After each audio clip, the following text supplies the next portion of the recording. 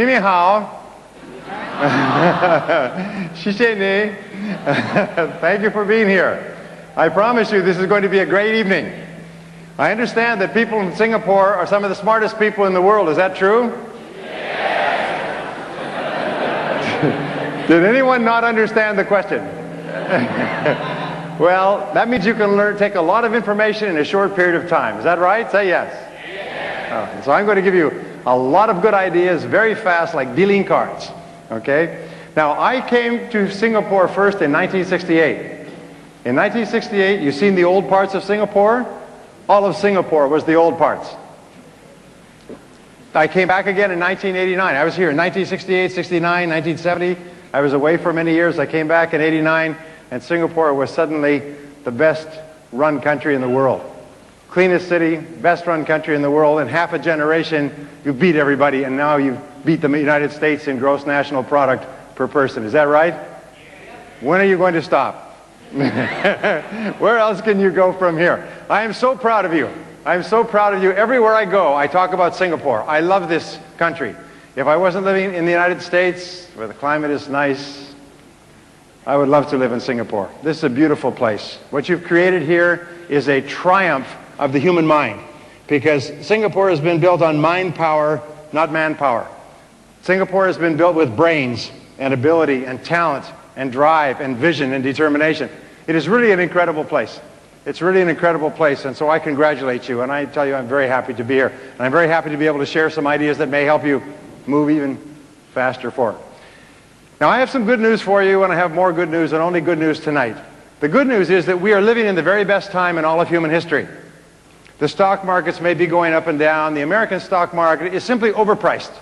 You know, the stocks are too high, because during the 90s everybody went crazy, and now they're still a little crazy, and the prices will have to come down until they stop being crazy. A stock is merely an investment to get a return. That's all it is, and the returns aren't there, so the stocks have lower value, and when the stocks go down to the level of the return, it will stabilize and life will go on. But the good news is that we have no major wars. Most of the major diseases have been solved, have been cured, and that we have entered into basically a free market world. And Singapore is perfectly positioned to be one of the most prosperous nations for as far as we can see for 100 years. And the opportunities for you have never been greater in all of human history than now, except for tomorrow and next year and the year after. I have lived and worked and traveled in almost 90 countries. And I can tell you there's a lot of crummy countries out there. There's a lot of countries that you only want to go to once, or you want to get through quickly. And 100 years from now, they will still be poor. But Singapore will be more prosperous and more prosperous and more prosperous. So your job is to participate fully in the prosperity of the future, right?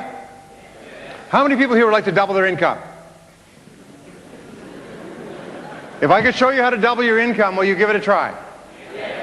Now, I've studied this subject for my entire life. I have trained over 2 million people, and I have created probably thousands of people who've gone from absolutely nothing to becoming millionaires, including in Singapore, Malaysia, Thailand, Laos, not Laos, but Indonesia, I'm sorry about Indonesia, the Philippines, Hong Kong, much of Latin America. My programs are distributed in 20 languages in 35 countries, and tens of thousands of people have been through the programs, and many have dramatically changed their lives with the tools and the ideas that I'm going to give to you.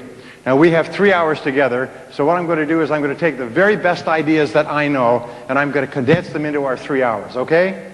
And I'm going to give you, in the first half, I'm going to talk about what I call the psychology of success. We can call it the psychology of selling, because it's the psychology or the mental way of achieving anything. In the second half, I'm going to show you how to apply this specifically to how to sell more, how to double your sales, how to double your income, and so on, okay? Is that a good deal? Say yes. In the middle, we'll have a break. All right? Okay. Now, I started off my life poorly. I did not graduate from high school. I finished in the half of the class that made the top half possible. I couldn't get any kind of a job, so I worked at laboring jobs. My first job was washing dishes in the back of a hotel, small hotel. And then I went to washing cars with a car lot. And then I went to washing floors with a janitorial service. I thought washing was in my future, but it was sort of downhill, washing. And then I worked as a construction laborer. And then I worked on farms, and I worked on ranches, and I worked on a ship in the North Atlantic. And I worked at laboring jobs until I was about 22, 23. And how many people here are in sales? Well, when I couldn't get a job, laboring job, I got into sales too, just like you. So I know where you're coming from. And actually, I started my sales career here in Southeast Asia. I used to sell here on the streets of Singapore. I used to work traveling from city to city around Southeast Asia selling. So I know what it's like to sell here in Singapore on these streets in the summertime when it's hot. It's hot, hotter, and hotter still. It's never cool. You pray for rain, all right? I know what it's like. I used to be drenched, and that's before you got out of the house, you know. So I went and I worked very hard. I wasn't afraid to work because I'd worked as a laborer. And so I was told that if you just see enough people, talk to enough people, you'll make sales. So I used to run from place to place so I could be rejected more often. And I wasn't making any sales. And all I knew to do was to see as many people as possible and talk as much as possible. So it was run, run, talk, talk. Run, run, talk, talk, and then no, no. And I used to run from place to place, and I would talk as much as possible, and people would say no. I didn't mind if they looked at their watches, but it's when they looked at their watches and started hitting their watches like So finally, I did something which changed my life, and it brings us to being together tonight. I went and asked a top salesman, I said, what are you doing differently from me? How come you're making so many sales? He's selling the same product. He's selling it out of the same office. He's selling to the same people. He's selling it at the same price. And he's selling 5 times and 10 times as much as me. And I didn't know much about selling at that time. And he said, well, show me your presentation. And I said, my what? Your sales presentation. I said, you show me yours and I'll show you mine. And so he said, well, a presentation is a logical and orderly method of separating prospects from suspects, identifying their needs, making a presentation, asking their questions, and getting them to take action. I couldn't believe it. It's like I had been pushing a telephone, you know, trying to get through, and I was just pushing numbers randomly, and nobody was answering. All right, I wasn't getting through, and he told me there's a logical sequence to selling, which we'll talk about in a little while. Well, instead of talking all the time, I went out and I began asking questions, and people responded to me differently. And then I began to craft and design questions, and people responded to me differently, and I started to make sales. And then I asked him other questions. Well, what do you say when someone says this? And how do you deal with this objection? And how do you get them to take action when they want to think it over? And, well, all the answers have been found. All the answers to all our questions have been found, and I took answers from him, and I began to ask other people, and then I began to read books on selling. I didn't know there were any books on selling. You know, there's over 4,000 books on selling. There's 2 books on selling published every week, 2 main books and probably 5 other books. And you know that most salespeople have never read a book on selling? I couldn't believe it. I went down to the bookstore and there were books on selling. So I began to buy them, and I would get up every morning and I would read for an hour in selling, and I'd take notes and I'd think of how I could use this, and I'd go out and I'd try it out that day. And that night I'd review how did it work. And if it worked well, then I would do more of it. If it didn't work well, I would stop it or modify it, or sometimes I'd combine this idea with one idea and I had something that worked even better. And then I began to listen to audio programs on selling. I thought I'd died and gone to heaven. I had no idea there was so much good information on audio programs. Do you know how many people who have become rich just listening to audio programs in their car when they drive around or when they walk around? Those days, I didn't have a car, but I had one of those Sony cassette players that you could carry around your neck like a purse, and it had a little earphone, and I'd go around like this, listen to it like this, and I'd get up in the morning and I'd play it, and I played it, and I memorized. I spent hours. I memorized the words. Interesting thing, my programs here, this program, Psychology of Selling, is the best-selling audio program on sales in the world. More people have become millionaires listening to it than any other program, according to some of the studies, follow-up studies.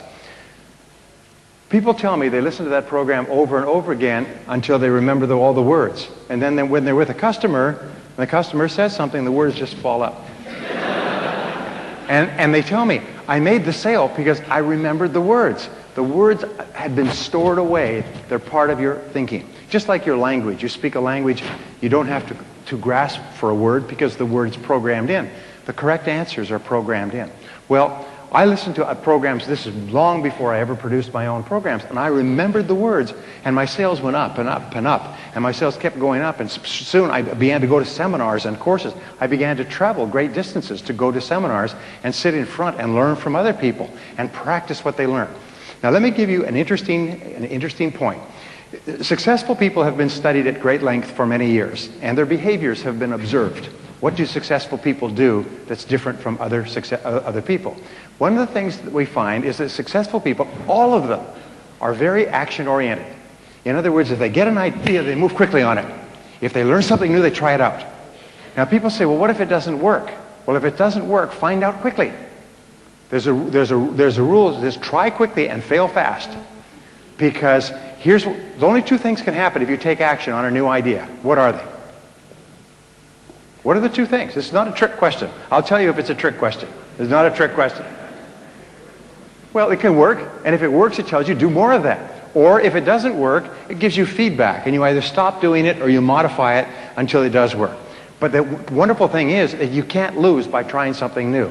So if you were to take successful people, and there's many studies that have been done on this, if you could only look at them through a window and look at a group of people, look through the window, you could tell who the successful people are because they're always in motion. They're always trying more things. They're always active. Unsuccessful people are always waiting for everything to be just right. It's like waiting for a bus on a street where no buses go. They're still waiting for the bus. The bus never comes. Successful people are always taking action. So if all you do is just take more action, just get busier, you'll be more successful. By the way, I'm not going to talk about it today, but does everybody here want to be lucky? Would you like to be lucky? Say yes. Okay. You know, it's a very, very important part of Chinese culture is luck, good fortune. Isn't that true? That's why we like jade. Why do we like jade? Because jade signifies luck. Okay. Now, I studied this for many years, and what I found is that it's not luck, it's what we call the law of probabilities. The law of probabilities says that if you flip a coin, the probabilities are 50% it will come down heads or tails, okay? The law of probability says that if you drive home, there's a certain probability that everything will happen. If you drive home, there's a very high probability you'll be safe, but there's a small probability you'll have an accident. In life, when you get married, there's a probability you'll be successful and happy. There's a probability that you won't. All life insurance, all insurance is based on probabilities. It's based on statistics, okay? So, how do you make your own luck? The way you make your own luck is you try more things. It's very simple. It's like life is a great game of darts, okay? Now, if you only throw one dart at the board, your chances of hitting a bullseye are very, very small because of the law of probabilities. But if you throw dart after dart after dart after dart after dart at the board, what must you eventually do? First of all, even if you're an idiot, you'll eventually hit the board. And if you keep throwing darts, and you keep throwing darts one after another, even if you're an idiot, you will sooner or later hit a bullseye. Isn't that true? So you look at successful people, and one of the things we find about successful people is that they're just average people who try more things. They just try more things. They're more active. They make more calls. In selling, we make more calls. And in life, we just try more things. Now, here's an interesting thing. If you throw darts, how many times will you miss the bullseye? Most of the time. Most of the things you try won't work. The fact is that successful people fail far more than unsuccessful people. In other words, if you throw lots of darts, you're going to miss most of the time. But you don't focus on the misses. As a matter of fact, here's a rule. If you could throw 10 darts and be absolutely guaranteed that 9 would fail. Try 9 different things in life. Make 9 calls. And be absolutely guaranteed that 9 out of 10 calls that you make, 90%, would fail completely, but 1 would be a big hit. If you could be guaranteed of a 90% failure rate with a 1% success rate, what would that mean? It means you'd be one of the most successful people alive. Isn't that true? Because then all you have to do is say, whoa, let's start, because, in other words, increase the probabilities. And then people say, boy, you're sure lucky. No, I'm not lucky. I just saw more people. I just tried more things. Now, every time you learn something new, it's like throwing another dart. Every time you read a book, listen to a tape, come to a course like this, it's like adding more darts to your bag, so you have more darts to throw. And so an average person who's got more darts to throw will be more successful than a genius who's got very few darts to throw. So it's really important. Well, and I'm getting off the track, but you can make your own luck by simply throwing more darts, by trying more things, by doing what you're doing tonight, by coming here. And my job is to give you a whole bunch of darts, okay? Because the law is that if you try enough things, you will be a big success. If you try enough things, because human beings are learning organisms. In other words, we're always learning from our experiences. We're learning at a conscious level and even at an unconscious level. But you cannot help but learn. You're just learning all the time. So even if you're trying things and you're failing, you're still learning at a very fast rate. In fact, you learn more and faster from failure than from anything else. Nobody really learns much from success. But from failure, you get real smart. Like burning your hand. you learn very fast. Okay, there's a story I have to tell you. It's up in Montana, in California, in the United States. In Montana, they raise a lot of sheep in Montana. And this fellow has a sheep ranch that he got from his father. And the city starts to expand out, and they buy out his sheep ranch to build houses. So he sells the land, and he makes a big profit. And he decides that he'll go down to Los Angeles, which is a long way. It's like going from here to Bangkok.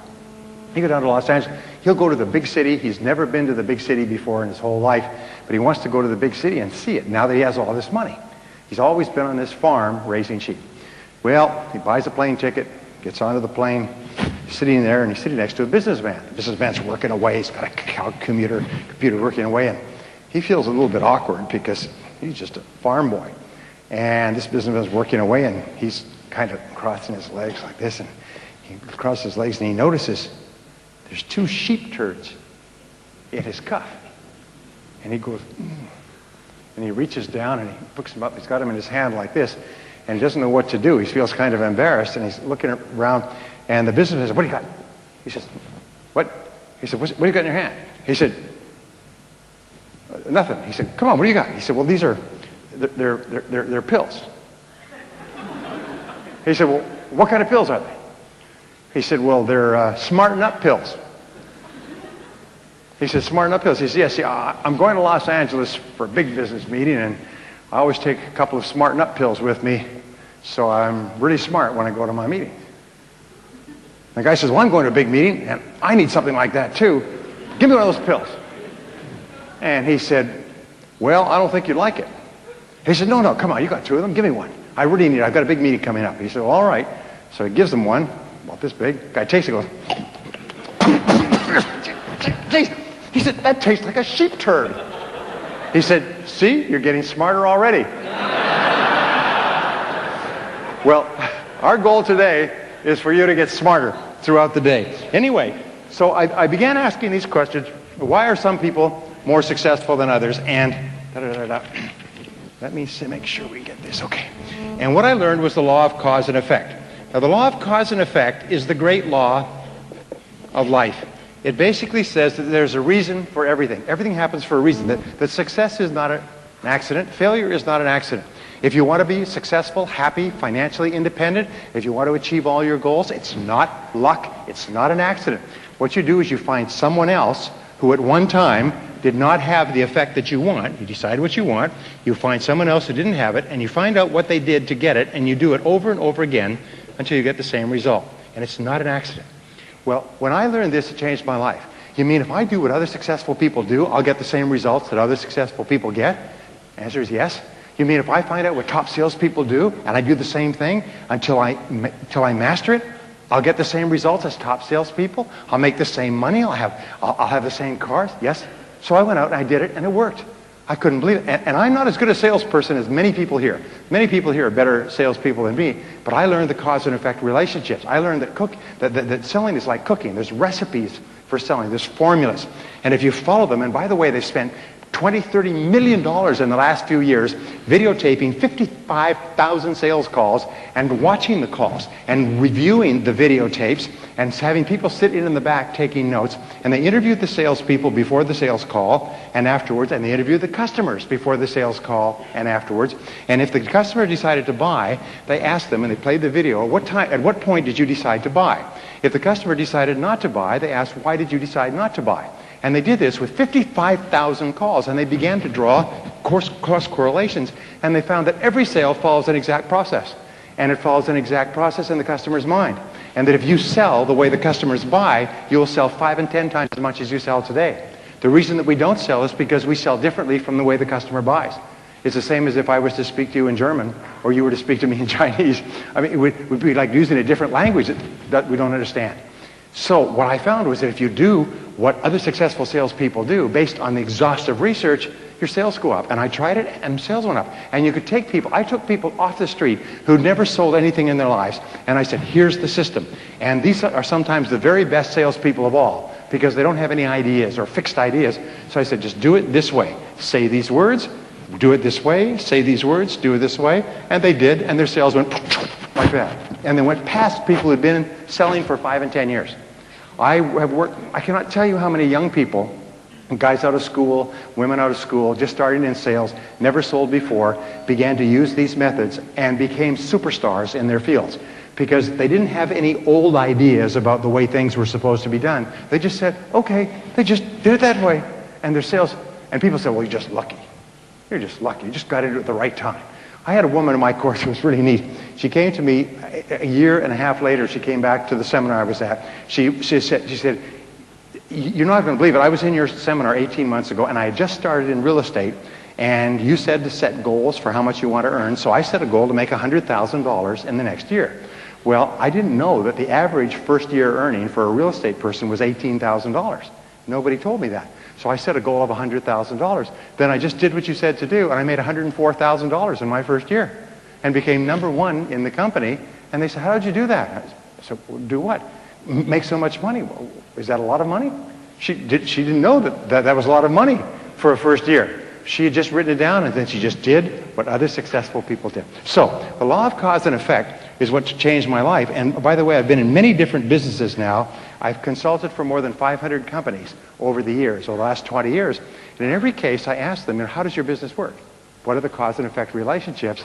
And where is it strong? Where is it weak? What's working? What's not working?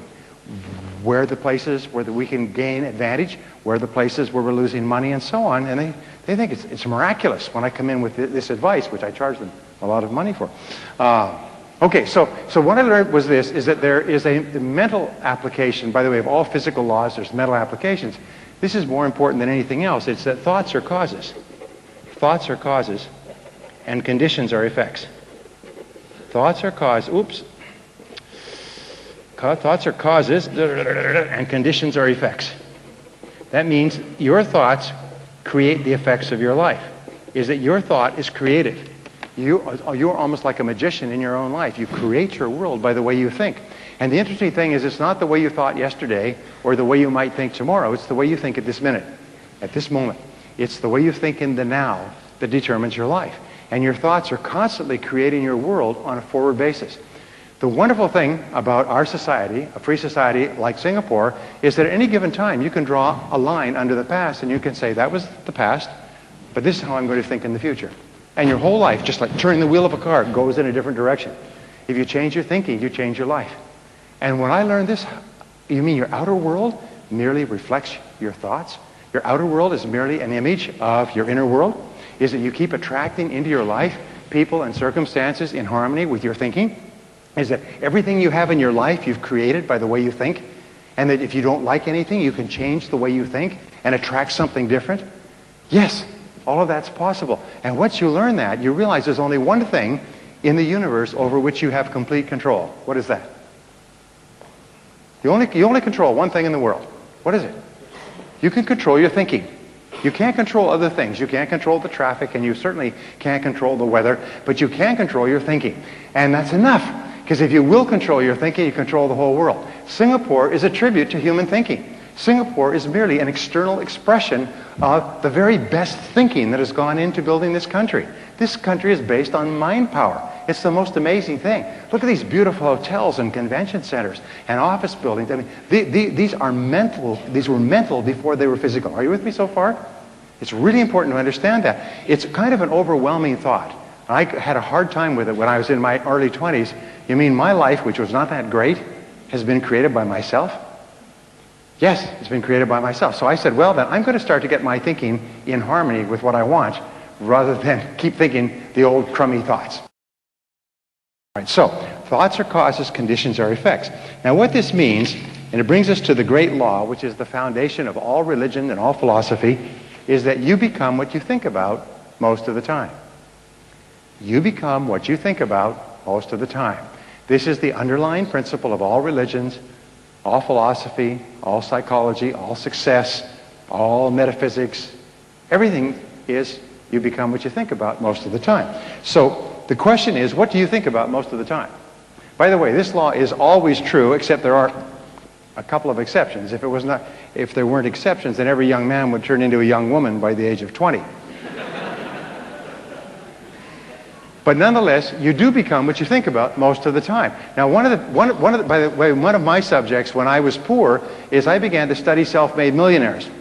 Self-made millionaires are people who start with zero and within one working lifetime pass the $1 million mark. Now, it's a little bit easier in Singapore. Maybe it's a little harder. But we're talking about U.S. dollars. But the way your currency is going, it's going to be the same pretty soon, isn't it? I remember the old days. I remember the old exchange rate. But here's the point. I studied self-made millionaires. These are people who started with nothing. They started with no money and maybe limited education. Sometimes they were brand new immigrants. Sometimes they couldn't speak the language, and they made more than $1 million. So tens of thousands of them have been studied over the years to find out what they do differently. And wouldn't that be a good thing to know, by the way? Say yes. If you want to be a self-made millionaire, I can promise you this. If you don't know how they think, you can't make it. In other words, if you want to go somewhere but you don't have a map, you can't get there. So I began to study them, and I found, what do you think self-made millionaires think about most of the time? They think about becoming financially independent. Because financial independence to them is very important. They want to reach the point where they don't have to worry about money. After that, they will spend. What do you think poor people think about all the time? They think about how little money they have and think about spending everything they have. And everything they can borrow or put on credit cards. So self-made millionaires are always thinking in terms of financial independence. Poor people are always thinking about how poor they are. Now, if you want to become a self-made millionaire, starting point is begin thinking about financial independence. And I'll talk about this in just a second. So, go back to my question. What is it that successful people think about most of the time? Come on, this is real simple, but it's really important. What is it they think about most of the time? Success?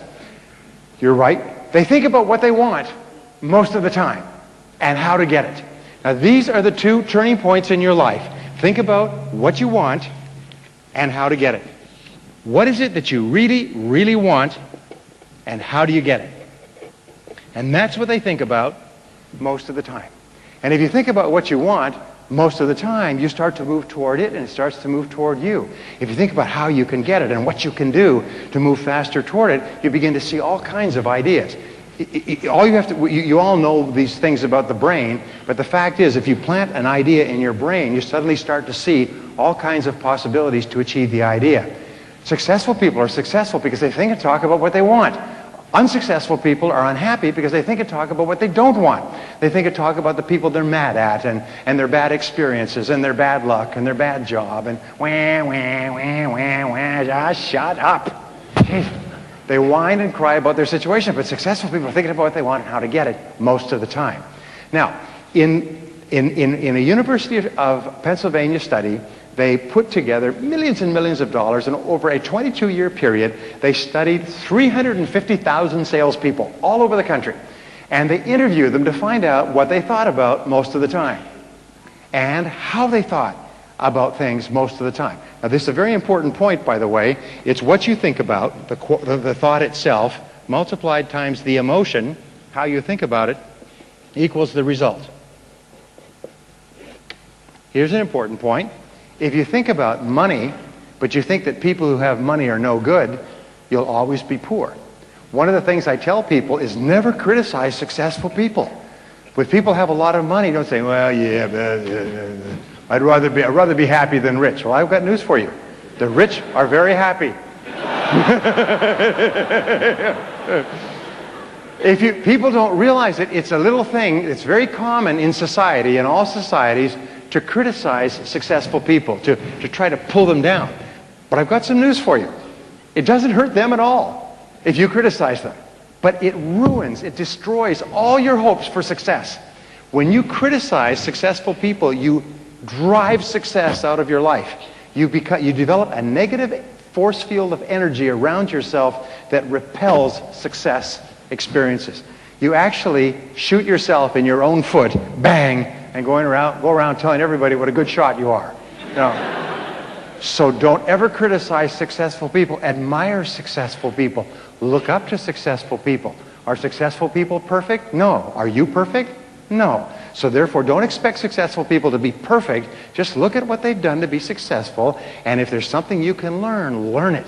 Read their books, listen to their tapes, go to their courses, but don't ever get into conversations criticizing people just because they're successful, because it hurts you. It doesn't hurt them at all, but it destroys your possibilities. And as you know, in society, it becomes very common that people who are successful are pulled down and attacked and so on. Stay away from that, because that's how losers think. And so the emotion is the critical thing.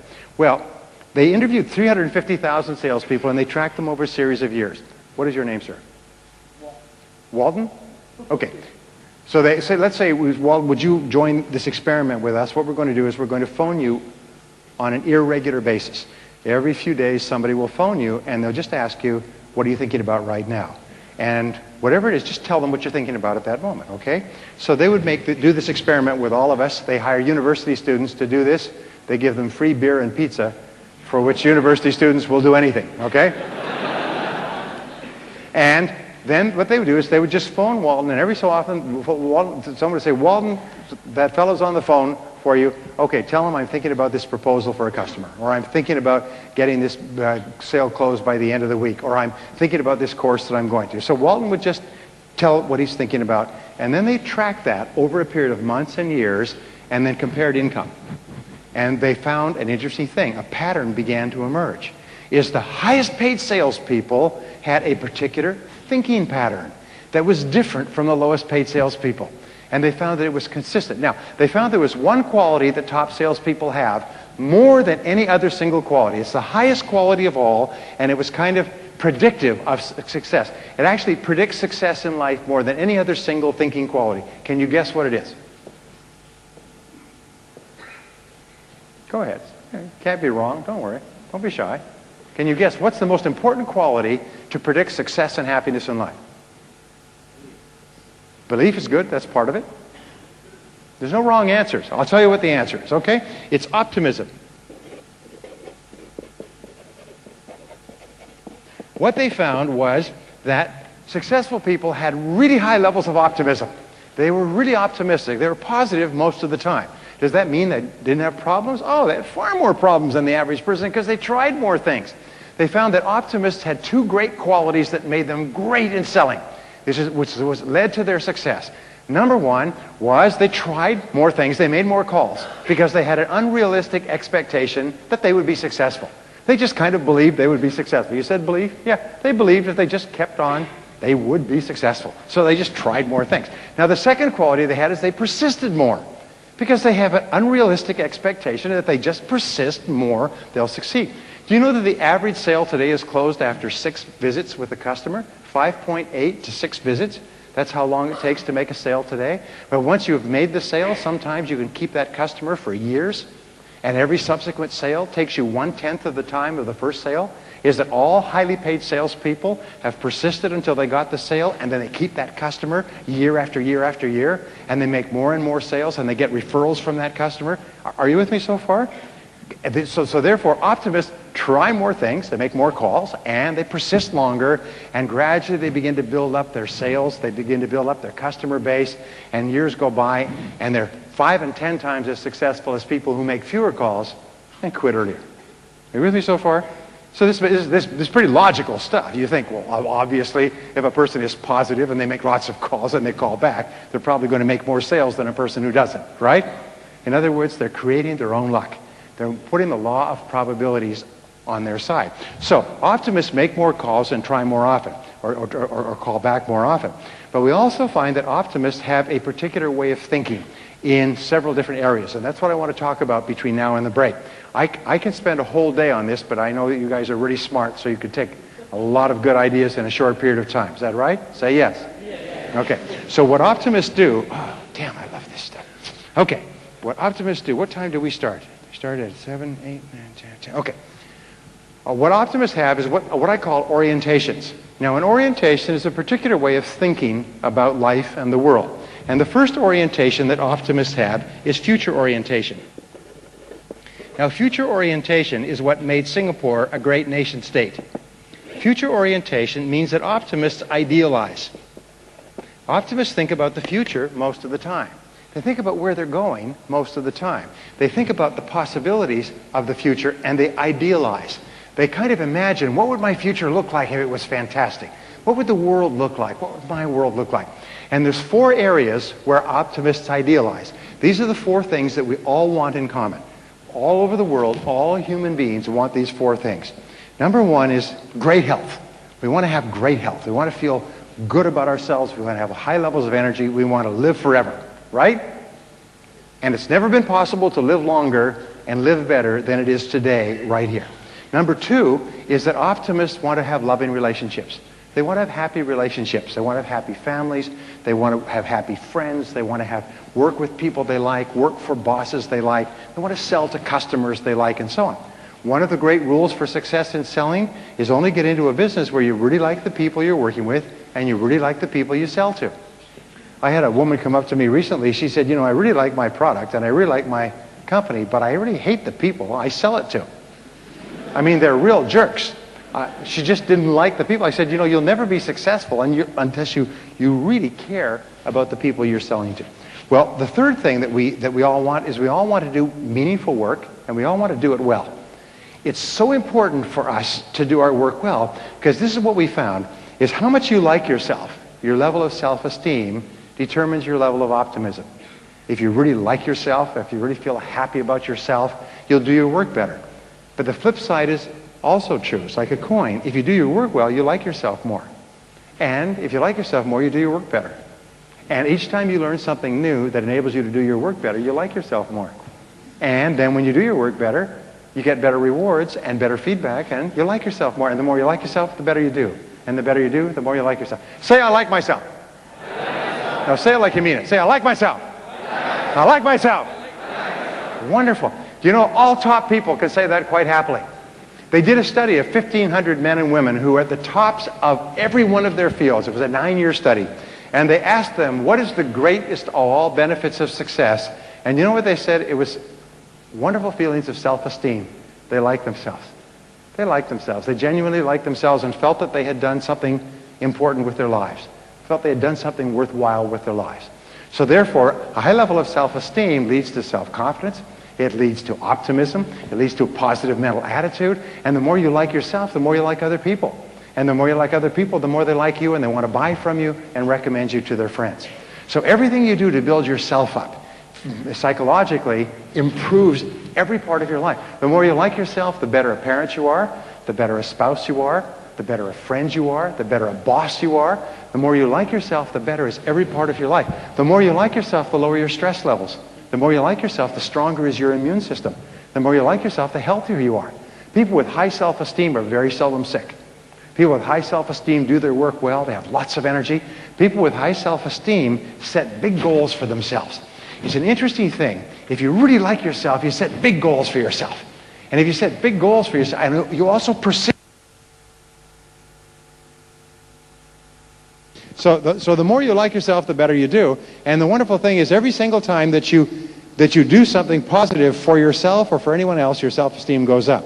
Now, this brings us back to future orientation. People who really like themselves think about the future, and they have great ideas for the future. Do you know that we have found that just the very idea... I'm sorry, let me not get ahead of myself. I said there's 4 things that we want. Number 1 is health and energy. Number 2 is loving relationships. Number 3 is meaningful work that we do well. Number 4 is financial independence. We all want to be financially independent. Now, we all judge ourselves in life by how well we're doing on each of these 4. And we could be doing well in 3, but if we're low in 4, that's what bothers us. That's the thing that worries us more than anything else. You know, you could have great health and good family and nice job and be broke. And you know what? You won't think about the other 3 things. You think about being broke all the time. Isn't that true?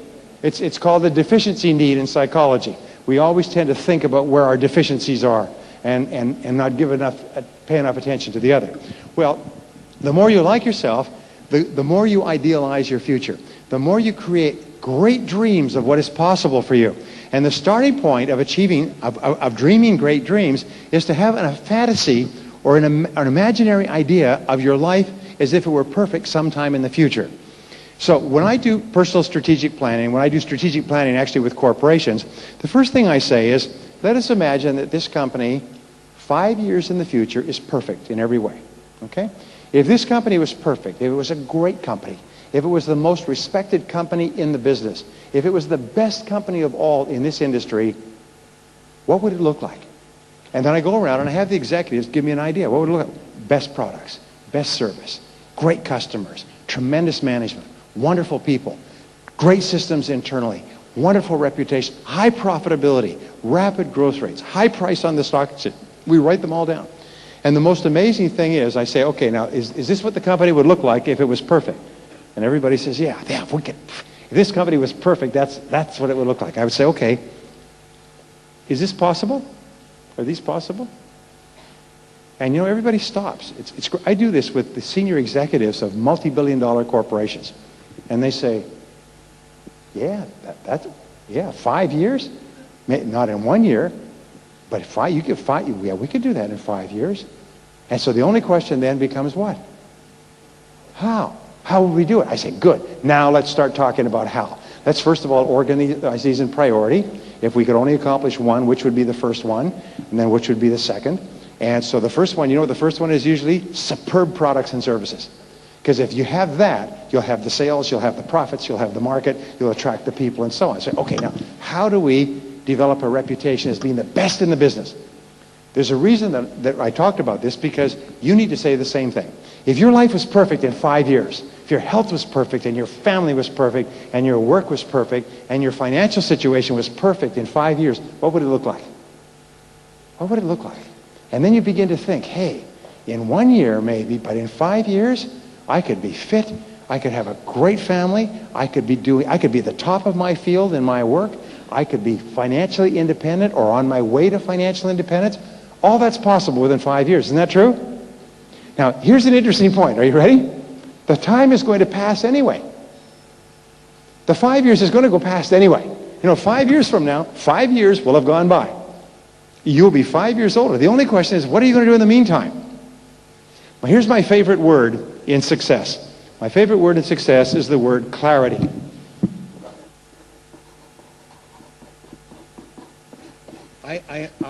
I am a fanatic on the word clarity. And basically, what I say is you can't hit a target that you can't see. So your job is to be absolutely clear if your life was perfect. If you're married, sit down with your spouse and create what is called a dream list. And just say, these are our dreams for the future. And just write down everything you'd like to have in your life if you had no limits. If you had the power to achieve anything. If you could wave a magic wand over your life and have 3 wishes, what 3 wishes would you want? Health, happiness, money, financial independence. Here's the point. If you can dream it, you can do it. If you can write it down, if you can imagine it and write it down, then the only question you ask is how? You say, how do we do it? And then what you do is you say, now who else has got what I want? And who else at one time didn't have it and now they have it? And what you do is you go and find out how they got there. You read their books, you ask them questions, you listen to their programs, and then you discipline yourself to do the same things they did until you get the same result. It's not a miracle. Success is not, there's just far too many successful people in Singapore who started with nothing for it to be luck or an accident or a miracle. There's a system going on here. Like somebody's got the phone number and they're getting through on a regular basis. Your job is to find out the phone number. My daughter is going out with a young man, and his father is a lawyer. The lawyer is a corporate lawyer, and they set up they did all the papers for a restaurant. And the founder of this restaurant was very arrogant. He said, this is going to be the best restaurant in Los Angeles. This restaurant is going to be so good, we're not going to advertise this restaurant, and we're not even going to have the phone number in the book. In fact, this restaurant is going to be so good that people are going to keep the phone number. And the only way that you can get a reservation is if you know the phone number. And so you'll have to know somebody who knows the phone number. And you know something? Within 1 year, that restaurant was packed. And you could only get a reservation if you had the phone number. And so you'd be saying, do you know the phone number to that restaurant? Well, yes, I do. Could I have it? Well, I'm not sure. And so people who had the phone number were very jealous about this phone number, and they were very careful giving out the phone number, and they went there on a regular basis. I mean, he made it one of the most successful restaurants in Los Angeles. To this day, you can't get in unless you know the phone number. Now, when we talk about being financially successful, scoring a 10 in all 4 of those areas, you've got to figure out the phone number. You've got to get the phone number. Now, fortunately enough, the phone number is not a secret, as like this one was. The phone number is all around you. The phone number is here tonight, but the phone number is all around you. Your job is to get the phone number. So clarity is the critical thing. Decide what you want. Decide clearly what you want. Talk about it. Think about it. Imagine it. Play with it. Like a child at Christmas time. Fantasize about a beautiful home, a beautiful car, travel, health, so on. All of these things are possible for you, but you have to have them in your mind first. Remember, it always begins within your mind and then it goes into your reality. Now, the second part is, I love this stuff. Damn. Okay. The second orientation that successful people have is goal orientation.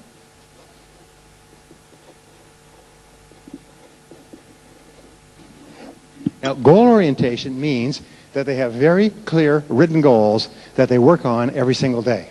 So I'm going to give you a homework exercise. If we had more time, I would take you through the exercise here. We may do this at a later seminar, but what I want you to do is I want you to take a piece of paper like this when you get home tonight. I want you to promise me you'll do this. If you'll do this, I promise you it will have a major impact on your life. No exceptions. Take a piece of paper like this, write the word goals at the top, and write down at least 10 goals you want to accomplish in the next 12 months. Before you go to bed tonight, this is your homework assignment. Go home, sit down, write down the 10 goals. You promise me you'll do that? Say yes. Yes. Even if you're lying, some of you would say like this. I'm not saying anything. I ain't writing no goals. Might work. You know, might get me out of my rotten old broken down car, my crummy job. I ain't writing down no goals. It might take 3 minutes of my life. I'm not doing it. Now here's the important point. Writing down these goals takes 2 to 3 minutes. Actually about 3. If you write down 10 things that you want to accomplish in the next 12 months. Now all you have to do then is take this piece of paper, fold it up, put it away somewhere where you won't see it for a whole year. You know, like in your Bible or something like that. Take it, put it away for a whole year, and at the end of the year you take out this list and open it up, and you'll be both happy and sad. You'll be happy because 8 of your 10 goals will have been accomplished in the most amazing ways. And you'll be sad because you'll wish you had written more goals and bigger goals. Now, does this work? Yes, it works everywhere. Has anybody ever done this, by the way, written down 10 goals? Anybody ever done it? Does it work? Everybody will tell you it works. People go home, and managers go home and they have all the staff sit down and write down 10 goals. Parents go home and have their kids write down 10 goals, or have their spouse write down 10 goals, and their whole lives change. Now, it's not that it takes at the end of 12 months, suddenly, bing, you achieve the goals. The goals start to come true at a rate that is absolutely amazing. People come to me and they say, my whole life has changed in the last 30 days. All kinds of things have happened. They've changed jobs. They've changed relationships. They've gotten a new house. They bought a car. They've taken a trip. And they're all things they wrote down. So your homework assignment is to write down 10 goals. And you can write down more if you like. Before I came over here, I'm staying at the hotel across, I wrote down my 10 goals. I do it every single day. I just write them and rewrite them. I carry a school notebook, a spiral notebook with me, and I just write down my goals every day. Because that just burns them deeper and deeper and deeper into my subconscious mind. And it's the most amazing thing. It costs you 3 to 5 minutes a day, but the power on your life is phenomenal. If all you'll do from this day is you write down 10 goals, and then instead of putting them away for a year, just review them on a regular basis. And the only question you ask is what? How? How can I achieve the goals? How? The question how makes you an optimist. The question how raises your self-esteem. The question how unlocks your creativity. The question how makes you powerful. When you look at your goals and say, okay, I can have these. I can have more money, better health, greater travel. I can do all these things. Good. The only question is how. But here's the interesting thing, is that even if you didn't do these things, I had a man come up to me at a seminar recently, And he said, Brian, he said, I was at your seminar 6 months ago. He said, you gave that exercise about writing the 10 goals, and while you were talking, I was so excited, I wrote down 18 goals. And then I took the list home, I did what you told me, and I hit it. He said, I hit it so well, I couldn't find it again. Now, he said, the interesting thing was, I took the list from the seminar, I folded it up, took it home, and hid it. I didn't even look at it again. 2 weeks later, I moved to a new house. And when I was unpacking, I found the list. And I opened the list. And he said, I had to sit down to read it. He said, 11 of the 18 goals had been achieved in 5.5 months. One was to get a better job, which I had. One was to earn more money. I'm making more than I ever made. One was to get a new car. The new car came with the job. One was to get a new house. I just moved into the house because I could afford it. One was to lose weight. One was to take a trip. One was to learn a subject. One was to fix a relationship. But he said these were life goals, and I'd accomplished 11, and I'd almost accomplished 4 more. He said, in less than 6 months. And I lost the list. See, the interesting thing is when you write down the goals, writing a goal down actually programs it into your subconscious mind. So even if your conscious mind doesn't even remember the list, your subconscious mind's got it now, and it works 24 hours a day to bring it into your life. Please trust me on this. It's life transforming. And I've spoken to all over the world and given this exercise. I've never had anybody say it didn't work. The only things they say are, it was incredible. The results on their lives were explosive. They could not believe it. So will you give it a try? Say yes.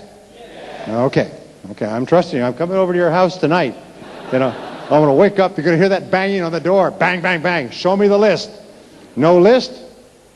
We'll have to have a talk. Okay, so goal orientation. Now, the third orientation is excellence orientation. In order to achieve something you have never achieved before, you have to be good at something you've never been good at before. You have to develop skills you've never had before. So remember, your job, and I've got some good news and more good news. When you come into this room, you are automatically in the top 10% of people in our society. You're in the top 10% of adults, and I'll tell you why. Only 10% of people ever come to a seminar like this. Now, the 10% of people who come to a seminar like this are automatically optimists. Nobody came here hoping this would be a bad seminar. If you did, I'll talk to you later. You're future-oriented because you came here to learn something that will help you to be better in the future. Even if you didn't define it that way, nonetheless, in your own heart, you were future-oriented. And that's all that matters. You're goal-oriented because you came here. You had to pay for this seminar. You had to turn off the television. You had to make your way down here, find a parking space, get in here. You're goal-oriented. You're aiming for a target, which means that you're already not in just the top 10%, probably in the top 3% of our population in terms of the future. Now remember, here's one of the great rules for success. It doesn't matter where you're coming from. All that really matters is where you're going. It doesn't matter where you're coming from. All that matters is where you're going. Now your job is, now that you're in the top 10% mentally, and you've got to get there mentally before you get there financially, once you're there mentally, your job is to stay there. Now, this idea of being in the top 10% is a major idea, and let me explain it. When I was growing up, I never thought I could be in the top 10% of anything. I failed in school. I did poorly in school. I got fired from jobs. Try getting fired. I used to pump gas in a gas station. I got fired from that because I wasn't good enough. I got fired from washing dishes. Try getting fired from washing dishes. It doesn't do your self-esteem very much good. I've gotten fired from more jobs than you've had. I mean, it never dawned on me that I could be good at anything. And then I learned something that changed my life. I learned that everybody in the top 10% started where? In the bottom 10%. Everybody who's at the top and doing well was once at the bottom and doing poorly. Everybody who's at the front of the buffet line of life was once at the back of the line. Everybody who's at the top of your field was once not in your field at all. And anything that anyone else has done, you can do as well. It's almost like walking. If I said to you, I will pay you $1,000,000 Singapore dollars if you will walk from here to KL. Physically walk. Now, it doesn't matter how long you take. You can run if you want. But if you will just walk, you cannot take a ride, you have to walk. Now, if I told you, and you believe me, and the $1 million was there, you double-checked, all right? And you get $1 million from walking from here to downtown KL. Is there anybody here who could not do that? Okay. Okay. So we could all do it. Is that correct? Now, is there anybody here who is a runner, a jogger, really fit? Okay? Nobody. Okay. Either that or your arm is too tired from jogging too much. All right. But the point is that some people who are really fit will get there quickly. They'll do 25, 35 miles a day. Okay? Some people who are not very fit will do 5 or 10 miles a day. Doesn't really matter. Everybody who keeps walking will get there. Are you with me so far? This is an important metaphor.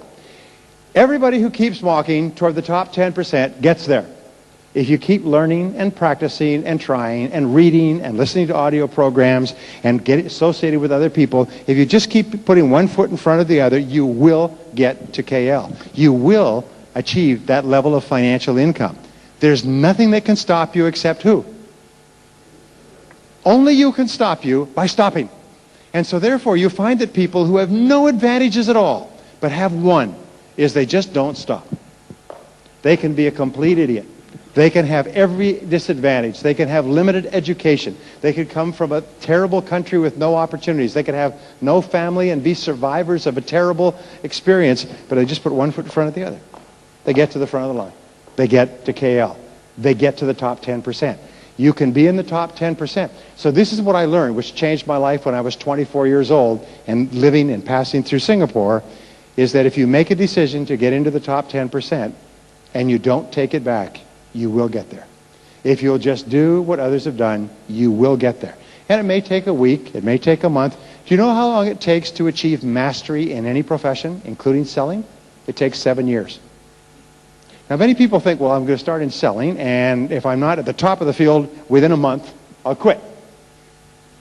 But it takes 7 years to reach the point where you're in the top 10%. Some people may do it faster, but very seldom. I used to think, hey, I'll do it faster. It took 7 years. It took year after year of working. Now, that doesn't mean that you're broke for 6 years and 11 months and suddenly you make a lot of money. It's a gradual uphill. But the fact is, to get to the point where you're making the kind of money that you're capable of, it will take 7 years. But the time is going to pass anyway. So you might as well be there at the end of the 7 years. Do you know how many people are still here at the end of 7 years? They haven't made any progress because they never put in the extra effort. They never made the decision. They never went for it. So to make a decision, I'm going to be in the top 10%. And I'm going to do whatever it takes to get there. I'm going to pay the price. I'm going to read the books. I'm going to leave the television off. I'm going to start a little earlier. I'm going to work a little harder. I'm going to stay a little later. I'm going to get better. I am going to get into the top 10%. And you know what? There's nothing to stop you from getting to the top 10%.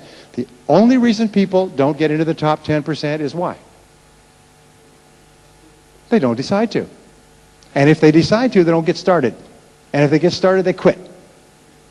All right? So it's very important. But optimists say, hey, I can be in the top 10%. I can be. And they just never quit. They just keep on going. No matter how much criticism they get, no matter how many problems they have, get fired from their jobs, they have setbacks and difficulties. You just keep walking to KL. Just keep going. They just keep going. And they get there and people say, boy, you're sure lucky. No, you weren't. You make your own luck. You make your own luck by deciding where you're going and getting on the road. Now, I'm going to give you one of the key secrets to success for the rest of your life and share it with other people when they need it. It's one of the great secrets. In our world, in Singapore, we get paid for results. We get paid for getting the job done. Isn't that true? We don't get paid because we're handsome or pretty. Thank heavens. Thank heavens for all of us, right? We get paid because we get a result, because we perform, because we do the job. We do what is expected of us. We contribute value, okay? So, the only way we're going to get to the top 10% is by becoming very good at what we do. There's no shortcuts. We just have to get down and work at it. So, I'm going to ask you to do this. Ask yourself this question. What one skill in your field now, if you were excellent at it, would help you the most? You see, there's 5 to 7 core skills in every job. And it is our top skills that have got us to where we are, but it's our weakest skill that's holding us back. Your weakest skill sets the height of your income. Your weakest skill determines how much money you make. So if there's 7 key skills in selling, which there are, and you're brilliant at 6 of them, but weak at the 7th, that sets your income. So ask yourself, what one skill? It's really important. What one skill? And if you don't know the answer, you must find out. Ask your boss. Boss, what one skill, if I was really good at it, would increase my income the most? Ask your coworkers.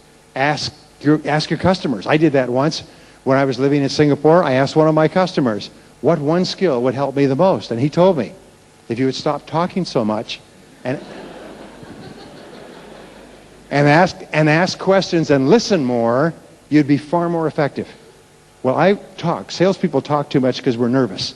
We're nervous, so we overcome our nervousness by talking too much. Talk. Men especially. Men are worse at this than anyone else.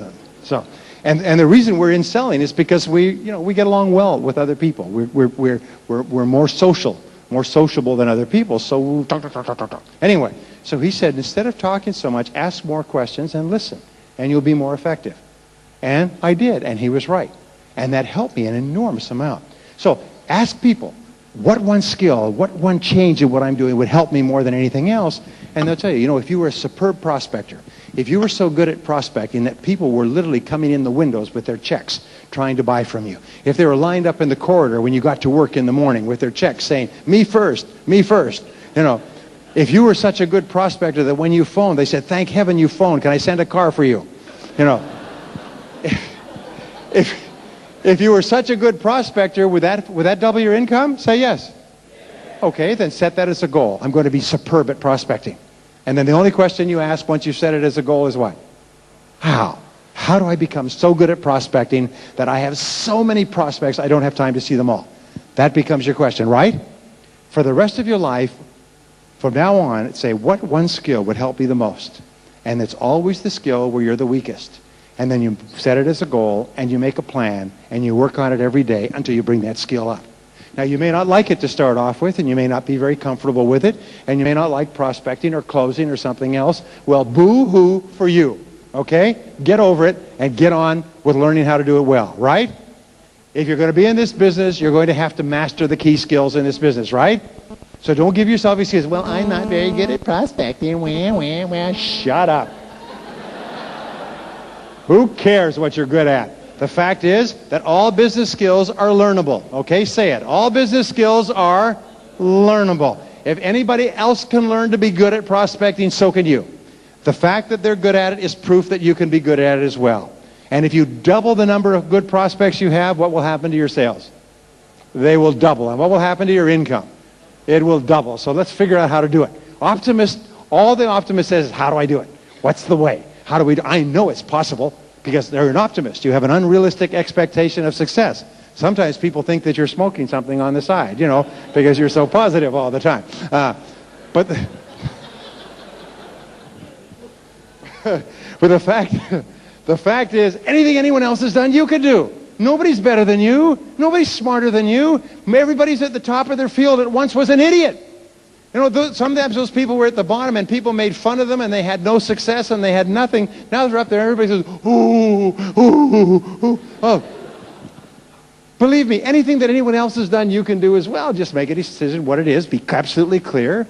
And then set your future, your ideal. Set the goal to achieve the ideal. Determine the skill that you'll need. Now here's the fourth orientation. And this is really important. It's called growth orientation.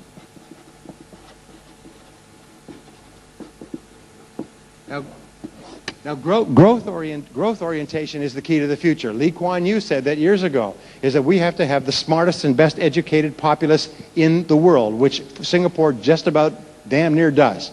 All right? Because this is a city-state built on brains. And our people have to be smart. We have to be connected to the internet. We have to be fluent in English. We have to be able to deal in the world market. This is brain power. So this whole country has been built on learning. And the key to your success is learning as well. Now, I was asked recently, what are the keys to continuous learning? What is the key to continuous growth? And I said that there's 3 things. Number 1 is read on a regular basis. Reading is to the mind as exercise is to the body. If you don't read, it's like if you don't exercise your muscles, what happens to them? What happens to your muscles if you don't use them? Yeah, they atrophy. They become weak. They become useless. But if you use them, then they're strong and they work for you. They're available to you at all times. It's the same as reading. When you read, it takes total concentration. It activates more brain cells. It works out that muscles. It even amazes your mother-in-law. But you can actually become smarter. Just like you can build muscles by working out, you can actually build brains by reading on a regular basis. So the rule is read 30 to 60 minutes in selling each day, 5 days a week. If you do that, you'll read about a book a week. That'll translate into about 50 books a year.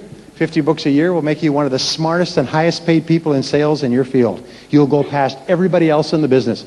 I have been giving this advice since I learned it myself, and I've had people come back to me and say that it just was transforming. It was like waving a magic wand. People who were going in circles and frustrated and broke and living on the floor of their friends' homes and had no money began to read an hour a day, and their sales just took off like a flower blooming in the summertime. So, or in any weather. So, read on a regular basis. Now, the second is to attend all the seminars that you can. Be hungry for seminars. Be hungry for learning experiences. Let me ask you, what is the most precious thing that you have in the whole world? Time. It's your time, because your time is your life. So therefore, when you learn something that can help you jump ahead, you save life. You achieve the same goal in a couple of years that somebody else may take 5 or 10 years to achieve.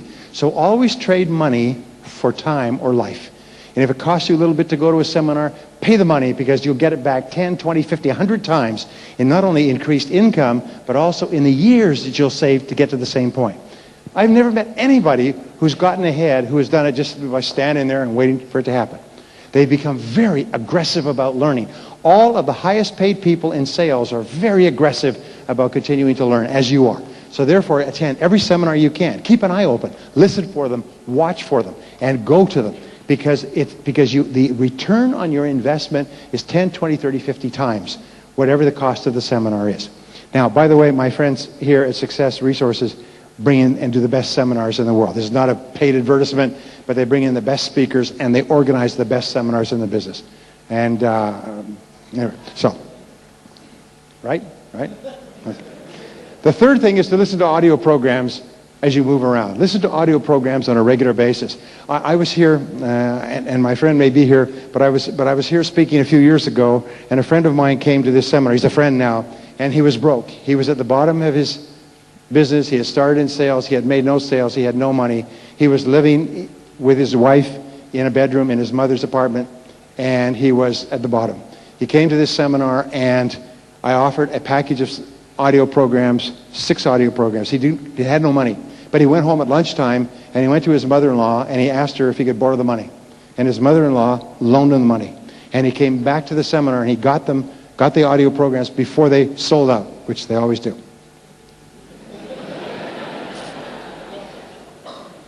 1 year later, he was at the top of his field. 2 years later, he was at the top of his business. 3 years later, he was the youngest person in the world inducted into the $1 Million Roundtable, the top insurance salespeople in the world. He said it totally transformed his life, increased his income 25 times. He said because of audio listening. Now, I'm not trying to influence you in any way. But growth orientation is really critical. It's important.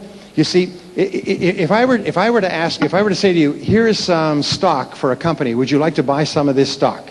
Okay? It's a good company. And you looked at it, and you looked at all the material, and you said, no, I don't want to buy any of that stock. What would you be telling me? Well, you'd be telling me that you didn't think that was a good investment, right?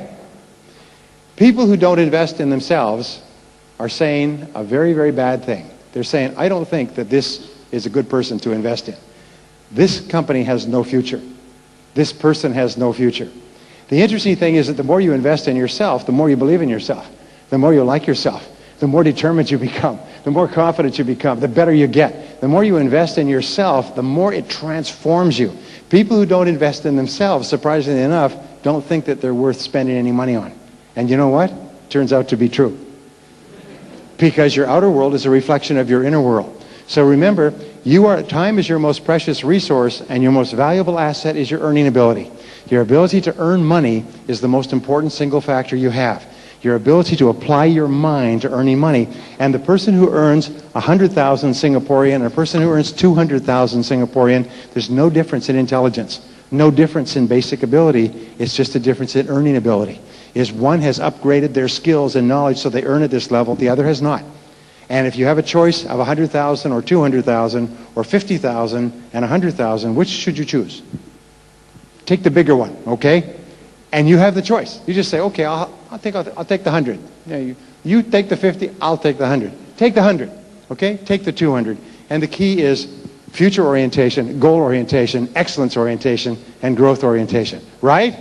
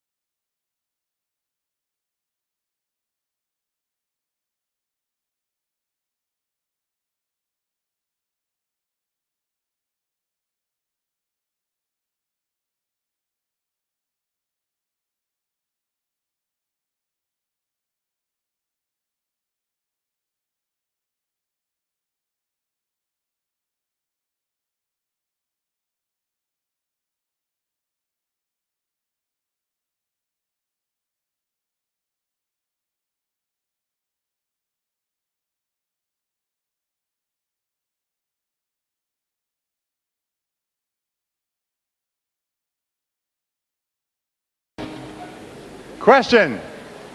Who is the most important person in this room?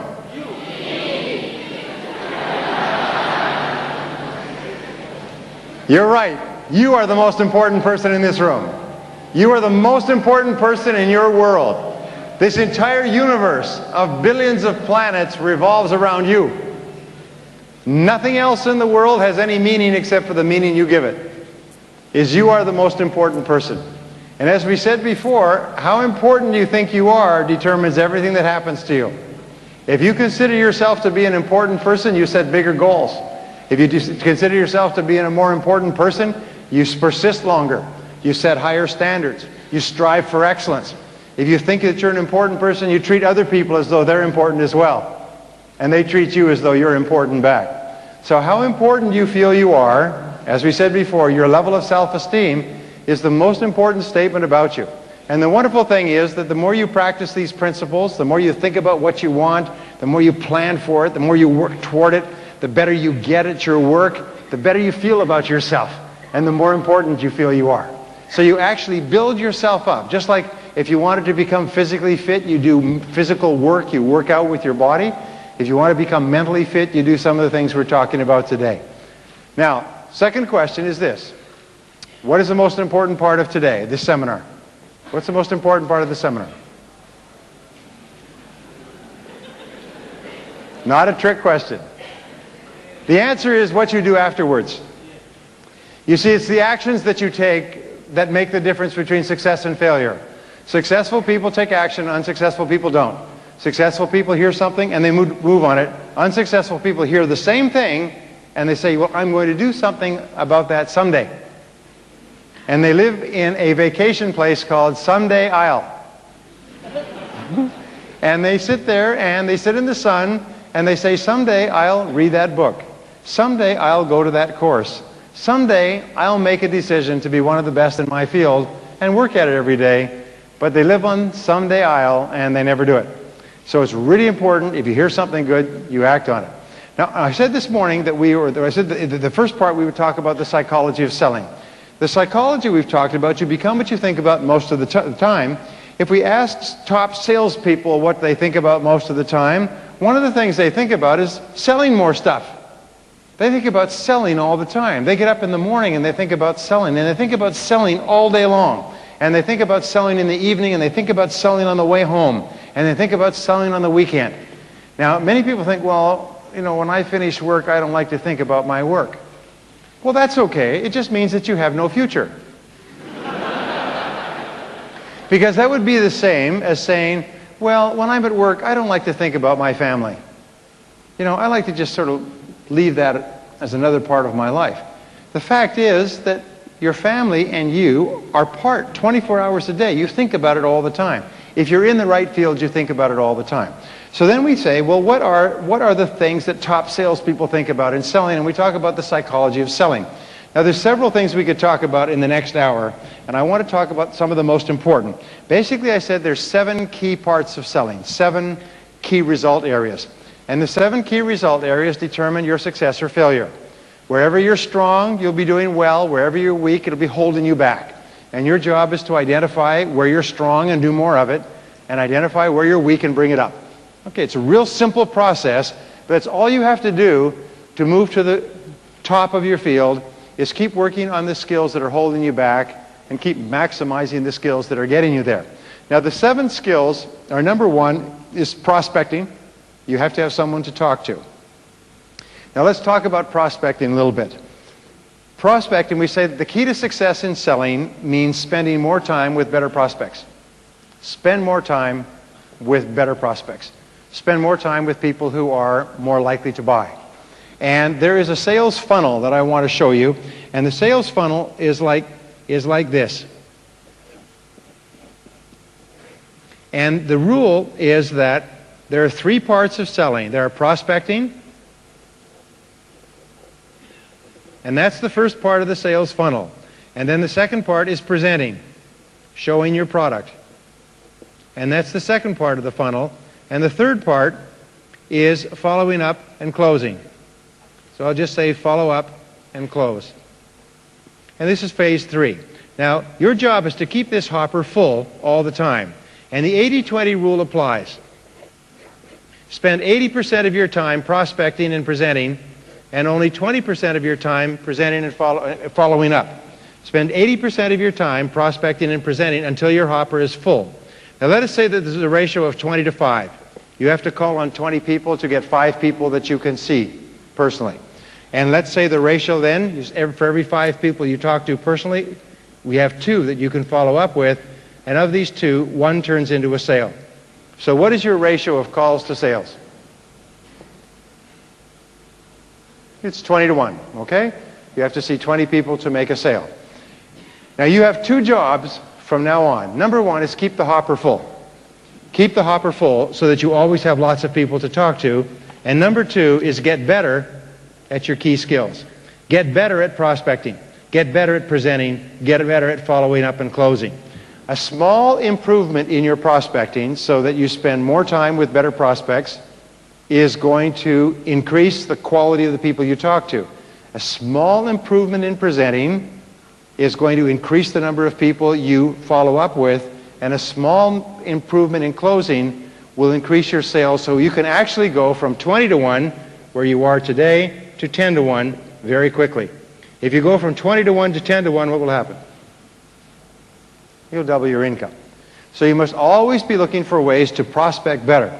And I want to tell you an interesting concept about prospecting, and it has to do with high probability prospect versus low probability prospects.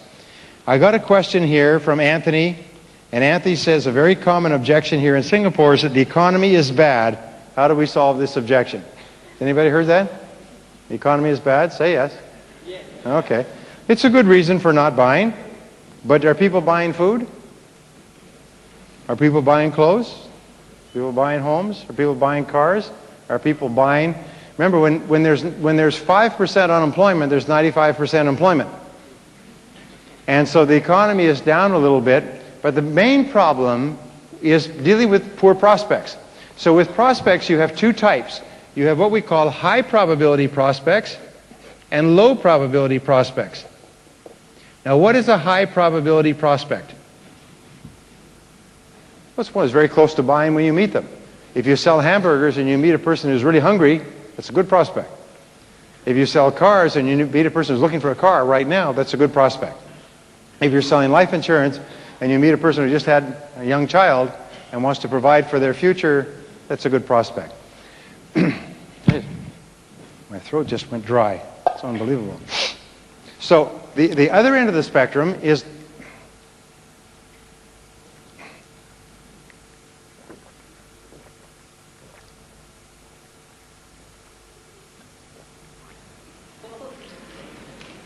excuse me.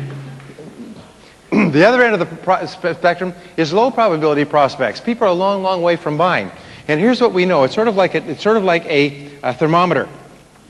Is everybody you meet is somewhere in here. Your job is to spend more time with prospects that are up here. So your job is to spend more time with people who can and will buy your product or service in a reasonable period of time. And so at the beginning, you need to sort out prospects from high probability to low probability. So what is a high probability prospect? Number 1, they have a need for what you're selling right now. Okay? If they say, I don't need it, I don't want it, I can't use it, I can't afford it, business is bad, I'm broke, and I have no future, this is not a good prospect. So people say, well, how can I sell to these people? You can't! It's like selling hamburgers to a person who just ate. They're not hungry. So the first thing you need to do is you need to say, who are the people in my market who most need my product? One of the changes that have taken place in the last few years is about 2 or 3 years ago, when business was booming, everybody was buying. Is that there were more buyers than there were sellers. An idiot could be successful in selling. I work for a company that has 4,000 salespeople. It does $3 billion a year, one of the top companies in the world. The beginning of last year, not this year, but last year, they invited me to Las Vegas to speak to their top 20% of salespeople, 800.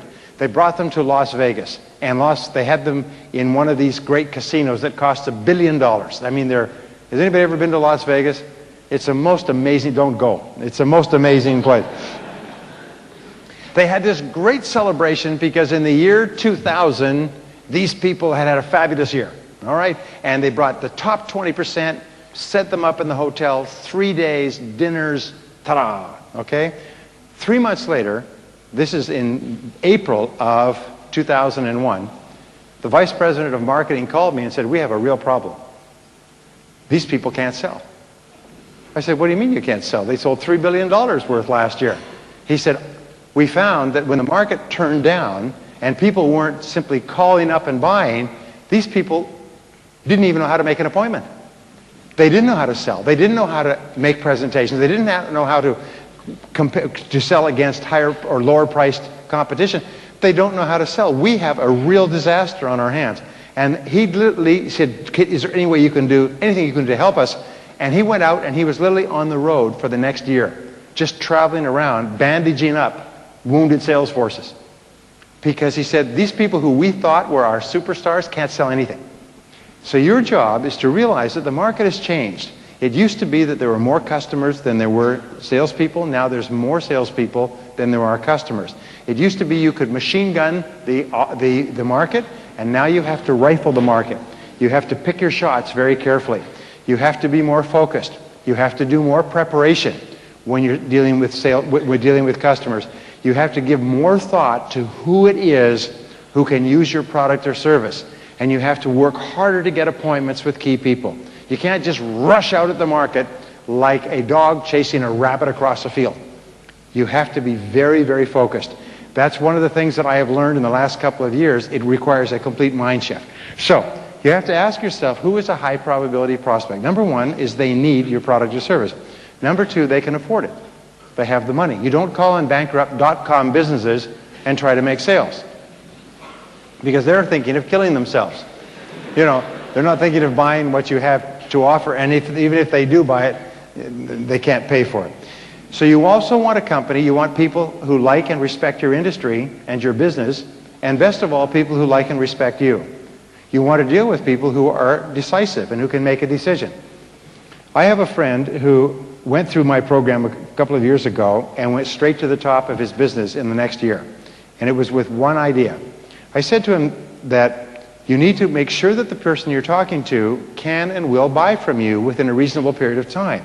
Don't keep calling back on people who won't buy or who can't buy. So he started doing this. He wrote me a letter. He said 1 year later he had tripled his income from 30,000 US to 90,000 US, and he had become the #1 person in his industry. Whenever he met with a prospect, he would say, oh, by the way, if I show you something that you really like, or if you really like what I'm showing you, what sort of time frame would you be thinking about for making a decision? Pretty honest question. And people will tell you. They'll say, well, within a few weeks or a couple of months or by the end of the summer.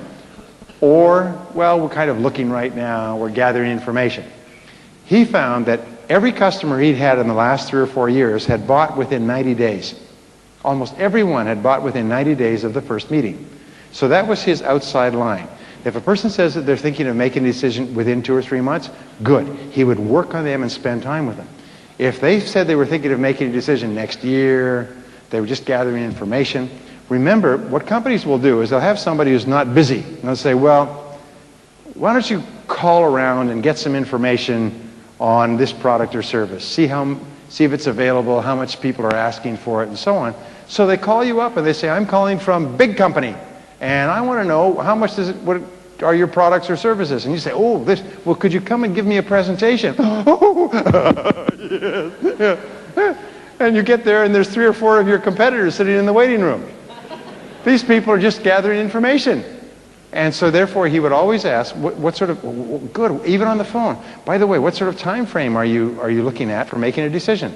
If it was within 2 or 3 months, he would go to work on them. If it was beyond 2 or 3 months, he'd say, well, let me introduce you to one of the people in my office who has no future. And you can spend time with him.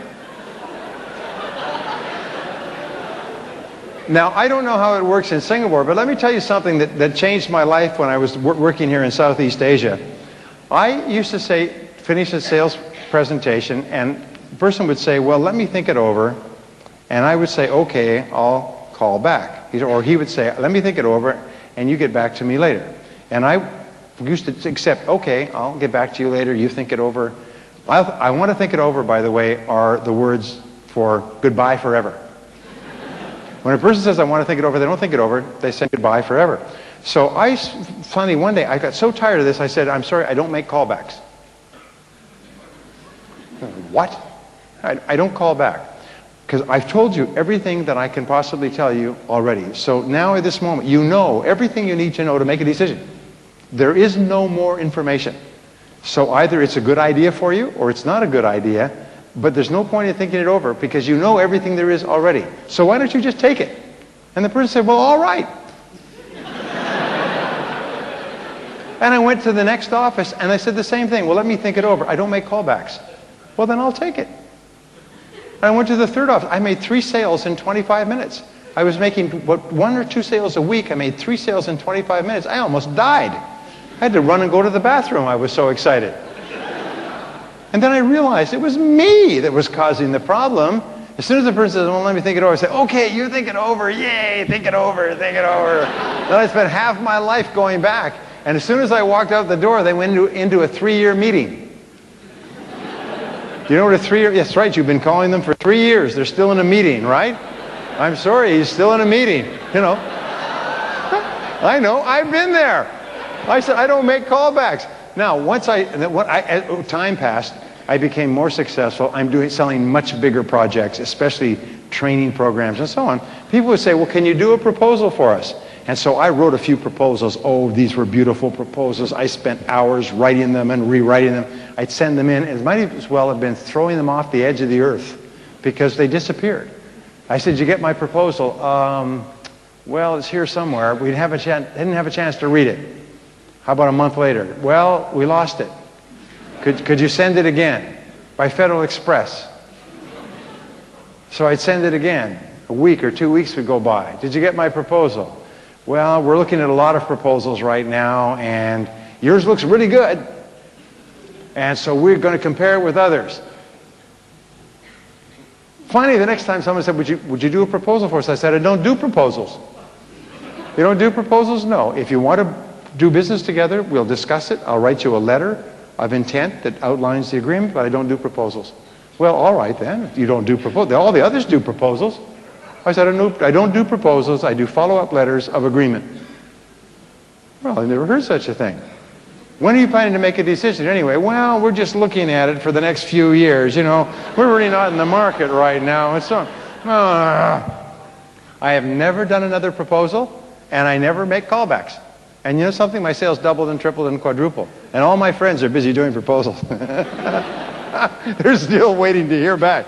Anyway, we create most of our problems. So with a high probability prospect, you can say, how soon would you be making a decision? Or if I show you exactly what you're looking for, or if I show you something that you really like at a price that really makes sense to you, when would you be thinking of making a decision?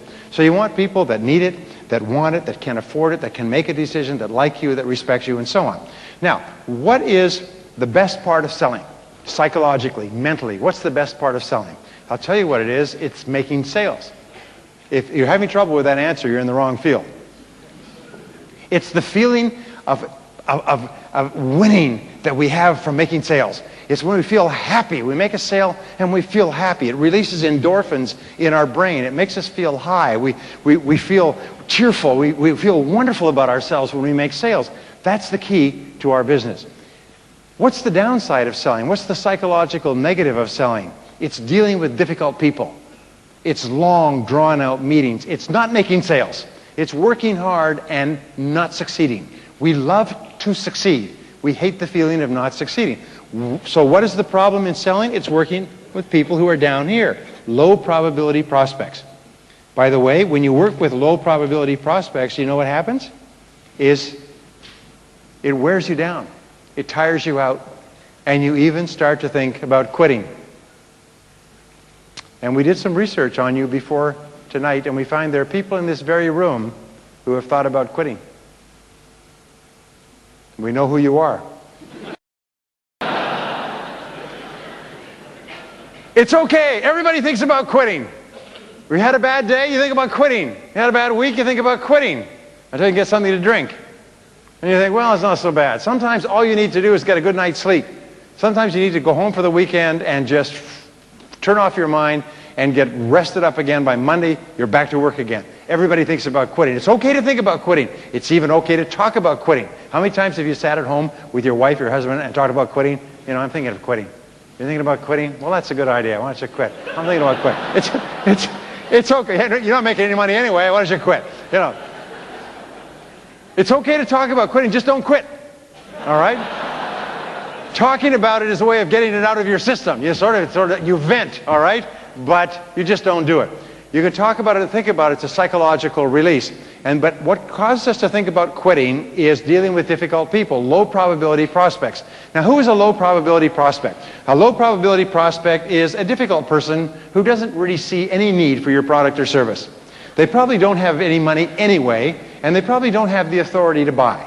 Not only that, they criticize you, and they complain about your product, and they compare you unfavorably to your competitors. Well, your competitor's cheaper than you. Your competitor's better than you. Your competitor's nicer than you. We've been dealing with your competitors. We're very happy working with your competitors, and we've heard terrible things about you anyway. In other words, they're negative towards you. They're not in a position to make a decision. Has anybody dealt with these kind of people, by the way?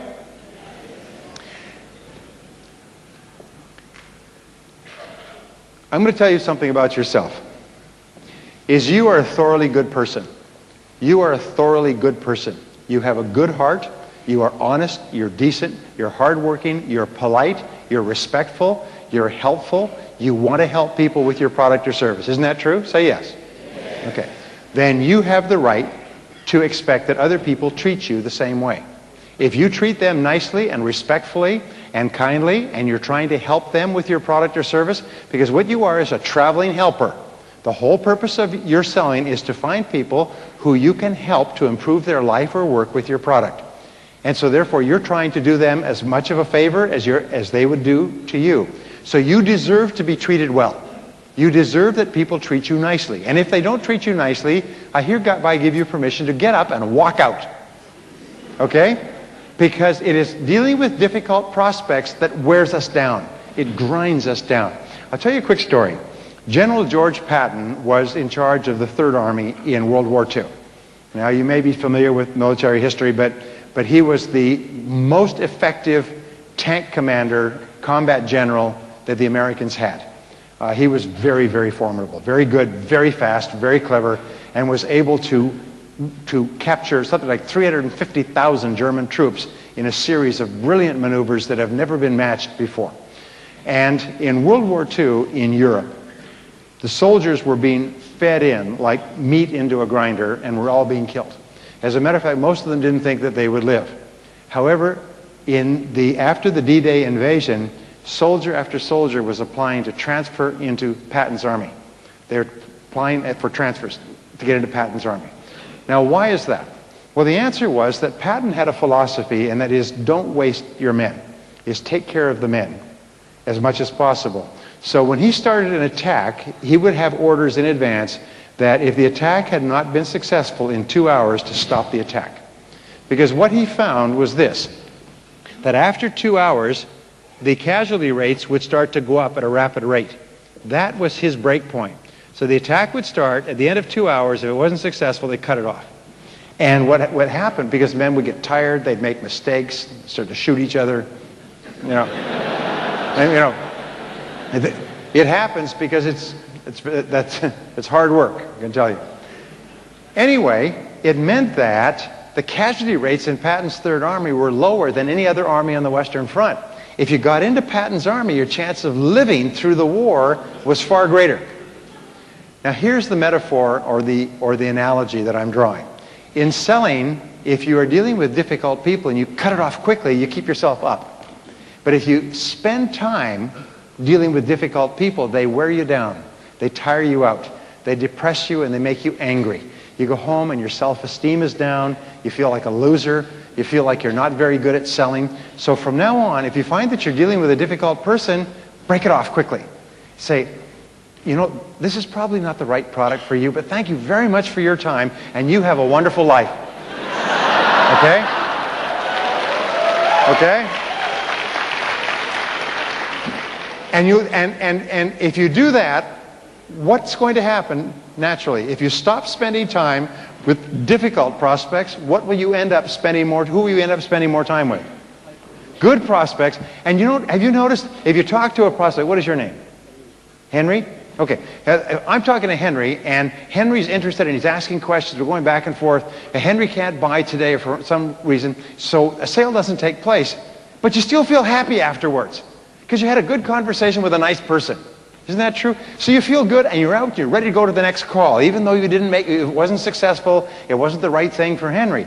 That's not the problem. The problem is dealing with difficult people. People who don't appreciate you and people who are not nice to you. So from now on, for the rest of your career, don't deal with difficult people. Because there's several reasons. Number one, they're not going to buy anyway. So you're wasting your time. Number two, if they do buy, they won't pay. Number three, if they do buy and they do pay, they complain all the time. They're always complaining, always calling you up and having you come over so they can complain to you. They're what are called customers from hell. And you all know what I'm talking about. And there are many companies today that have done this analysis that we're talking about, and they've decided to fire their customers. They've decided that there are some customers that are not worth it, and they call them up and they say, you know, we would not like to have your business anymore. We would like you to go and buy from our competitor and ruin their life.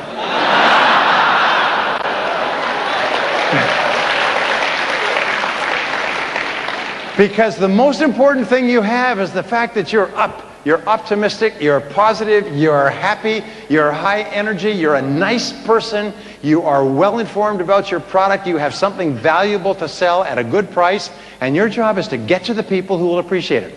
Now, in a good market, everybody's buying. In a bad market, not so many people are buying, so you're going to have to call on more people in order to make the same number of sales. So you don't weep and cry, you say, well, this is just the way it is. If it's hot outside, you don't say, wah, it's so hot. Wah, wah. It's like weather. The economy is like the weather. You can't do anything about it. You just adjust to it, right? And you don't complain about it. You say, business is bad. No. You say, well, business is slower today than it was before. But when the going gets tough, the tough get going. And here's a wonderful thing. If you can succeed in today's economy, when the economy does turn around, and it always does, you will be so far ahead. You will be smarter, you will be quicker, you'll be more determined, you'll be more focused, you'll be more confident. So look upon it as a challenge to make you strong. Just like a runner will often run with weights or carry weights. Imagine that this is a weight that you're carrying, and when the economy turns around, you take off the weight and you will be wonderful at your field. So look upon it as a challenge. And people say, business is bad. Isn't that good? Say, that's good. That's good. Isn't that great? Because all the weaklings quit. Leaves more money for the professionals. Someone says, boy, business is hard, sales are hard. You say, yeah, why don't you quit? Yeah, get out of here. Okay. So prospecting means to ask, is this a good prospect? And when you call people, when you prospect for people, say, hello, this is Brian Tracy. I'm with ABC Company, and I think we can help you. And whenever you prospect, always talk about the result or the benefit of your product or service. You see, a good prospect is interested in the result or benefit of what you sell. A poor prospect always says, how much is it? How much is it? How much is it? Well, you don't even know what it is yet, but how much is it? Well, that's too much. Well, it's too much for what? Well, whatever it is, it's too much. You know what I'm talking about, Henry? Drives you crazy. You say, come here a little bit closer. Whack. Ow, ow, ow, ow. You know, you want to hit.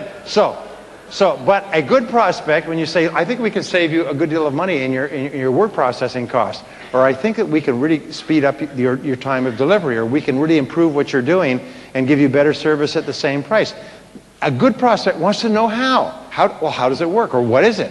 A poor prospect says, how much is it? I can't afford it. Cost too much. Business is bad. Life's a bitch, and then you die. You know.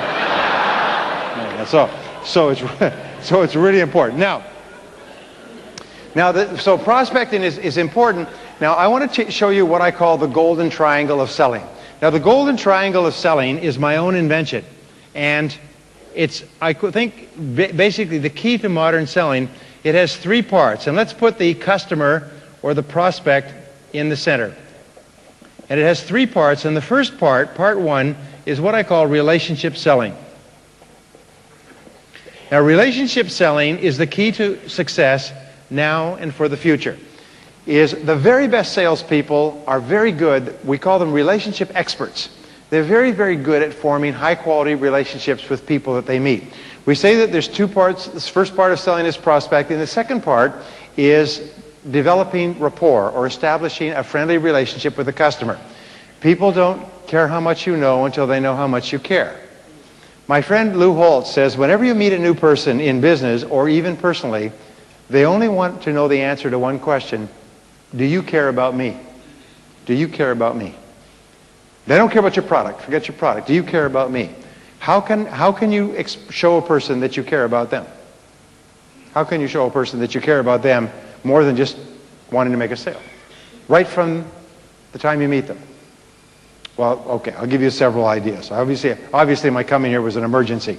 That's why they flew me in on a jet. When you meet a person for the first time, recognize that everybody's busy. So what I always do is I say, thank you very much for your time. I know how busy you are. As soon as you do that, you immediately separate yourself from the average person who just starts talking. I thank you very much for your time. I know how busy you are. People immediately stop because people don't recognize how busy they are. Nobody appreciates anybody else's time. Now, whenever you phone a person and you get through to the person, the very first thing you say is, hello, this is Brian Tracy, or this is Henry. Is this a good time to talk? I need about 2 minutes of your time to ask you a couple of quick questions. Is this a good time for you? As soon as you say that, the person stops because it's obvious you're a professional. You must be in the top 10% or moving there very quickly, because this is how the top 10% talk. This is based on thousands of studies. The top 10% are very respectful of people's time. They don't say, hi, this is Brian Tracy, I want to call. No. What they do is say, hi, this is Brian Tracy, is this a good time for you? Now, I do this with my best friends. When I call them and I get through to them in business, they take the call because it's me, and I say, hi, Mike, is this a good time for you? I need about 2 minutes. And sometimes they say, you know, Brian, somebody just came into my office. I got 2 other people here. The building's on fire. Most cases, something's going on. Remember, every single call that you make on a customer is an interruption. Every single call you make is an interruption. You are interrupting them from something that at that moment is more important than you are. So what you do is just slow down a bit and you say, is this a good time? And if you meet them face to face, you say, thank you very much for your time. I know how busy you are. They'll immediately relax and realize you're a professional. And they'll treat you very differently because you're treating them very differently. What you're saying is, I care about you. I care about you as a person, and I know how busy you are. So relationship selling is based on establishing a high-quality relationship. And I'll give you the other 2 parts of the triangle, and I want to come back to relationship selling because it really is the key to your future. The second part of the triangle, set number 2, is what we call consultative selling. And consultative selling is where you position yourself as a problem solver. You position yourself as a consultant. I'll explain this in a second. And the third part of selling is what we call educational selling, where you don't sell as much as you educate or teach. You teach the person, you learn the person's situation with questions, and then you teach them how your product or service can help them in a cost-effective way. You see, teaching is really the key to the future of selling. You're not trying to sell. You're not trying to talk people out of money. You're trying to teach them how they can improve their life or their work with what you do. The number one reason that people buy your product or service is they understand how much better off they can be. The number one reason why they don't is because they don't understand how much better off they can be, because you didn't teach them. You may have assumed that they know, but you didn't teach them. Well, let me show you something that I think is one of the great breakthroughs in the psychology of selling, and it has to do with what is called positioning. Now, I know you're all familiar with positioning. Positioning is a trend in marketing started by Al Ries and Jack Trout, who wrote a book some 20 years ago called Positioning: The Battle for the Mind of the Customer. And positioning says that here's a customer, typical customer. Okay? And in the back of the customer's mind, there's a series of file boxes, very much like the boxes behind the check-in desk of one of the old hotels, okay, for mail, messages, and keys.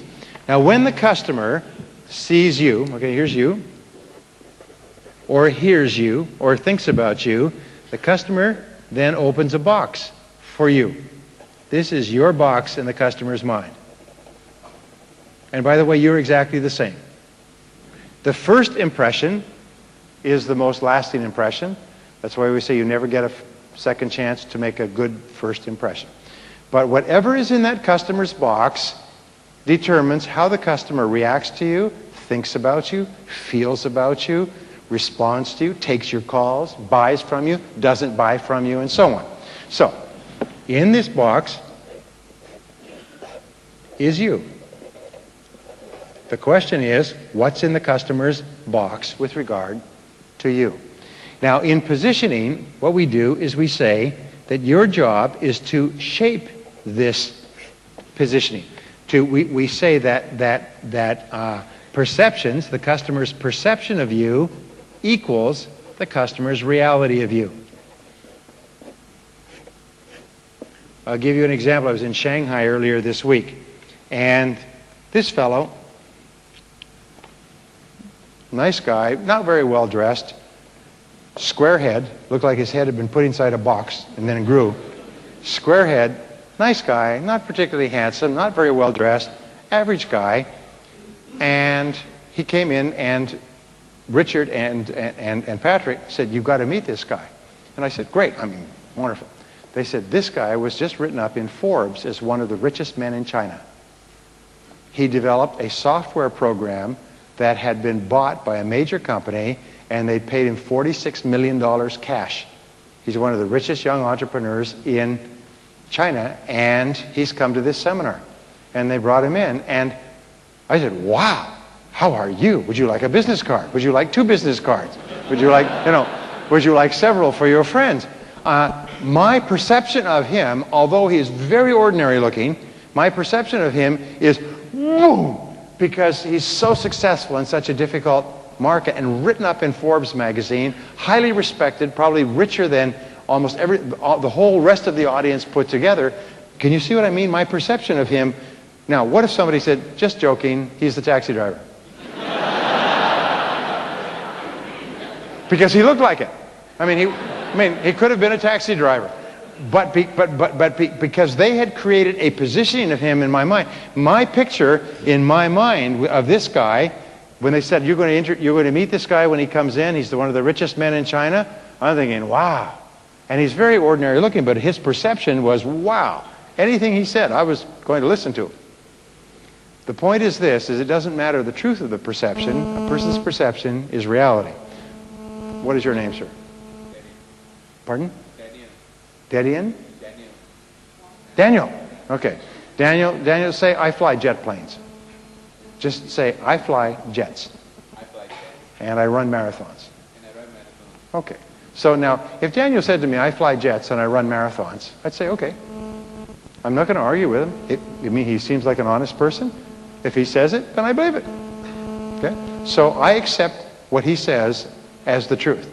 So when you meet customers for the first time, what you say to your customer, they accept as the truth. If you say, "My name is Brian Tracy, and I believe very much in the importance of good relationships with my customers. Our philosophy is to give superb customer service to our customers." People say, "Okay." You say it's true? And I say it's true. And then we watch to make sure that what you say is consistent with what you said. So in interviewing tens of thousands of customers, we have asked them, how do you think and talk about the top salespeople? Now, we know who the top salespeople are when we ask them, and we know who the medium salespeople are, and so on. We find that salespeople have 3 positioning statements, or customers have 3 positioning statements about top salespeople. Number 1 is they see them as friends. They like them. They feel they're good people. They say, "This person cares about me more than they care about making a sale." Number 2, they say, "I view this person as a consultant more than as a salesperson. I see him or her more as an advisor, a counselor, a guide, and so on." And number 3, they see this person more as a teacher or a helper, a person who shows them how they can be better off. So your job is to create these 3 perceptions. The perception of being a high-quality relationship, an advisor and helper, a consultant, a problem solver, and a person who teaches rather than sells. If a customer sees you like that, they will buy from you. They will buy from you more readily. They will buy from you more regularly, and they will recommend you to their friends because they want their friends to buy from you as well. So your job is to influence this perception, and everything that you say counts. Here's the rule: everything counts. Everything counts. Everything that you say counts. Everything that you do counts. Every interaction counts. We say that when you're talking to customers, you're talking about their money. And money is a very emotional issue. So they are hypersensitive to everything you say or do. If you say you'll be there at 10 o'clock and you come at 10 minutes after 10, they remember that. Is not on time for appointments, therefore can't be trusted. Is not dependable, therefore product is no good, therefore company is no good. Therefore prices are too high, therefore too dangerous to buy from this person. You say, well, how would you just come in late? I mean, how? Because you said you'd be there at 10.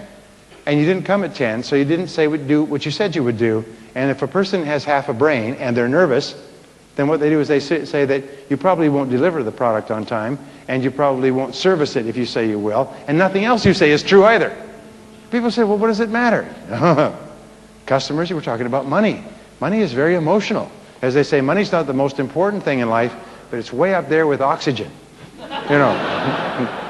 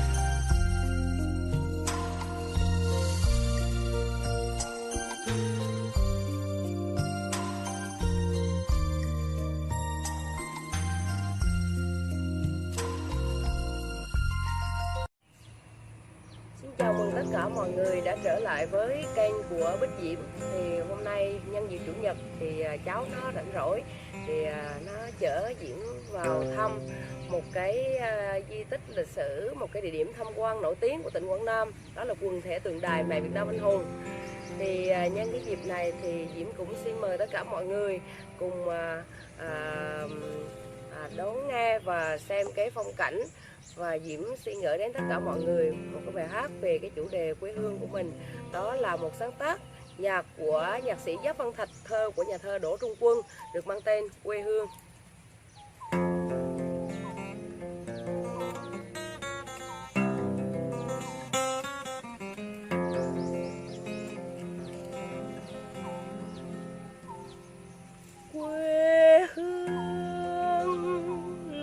chung khế ngọt cho con trèo hái mỗi ngày. Quê hương là đường đi học, con về dập bướm vàng bay. Quê hương là con diều biếc, tuổi thơ con thả trên đồng.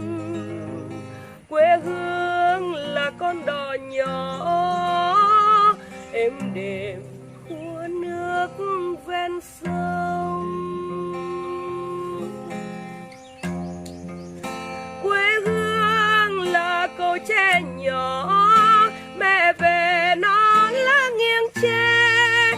Quê hương là đêm trắng tỏ, hoa cau rụng trắng ngòi thêm. Quê hương mỗi người chỉ một, như là chỉ một mẹ thôi. Quê hương nếu ai không nhớ sẽ không lớn nổi thành người.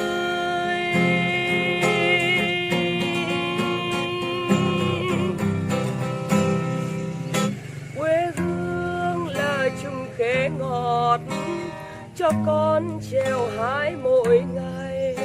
Quê hương là đường đi học, con về dập bướm vàng bay. Quê hương là con diều biếc, tuổi thơ con thả trên đồng. Quê hương là con đò nhỏ êm đềm khua nước ven sông. Quê hương là cầu tre nhỏ, mẹ về nó lá nghiêng tre. Quê hương là đêm trắng tỏ, hoa cau rụng trắng ngòi thêm. Quê hương mỗi người chỉ một, như là chỉ một mẹ thôi. Quê hương nếu ai không nhớ sẽ không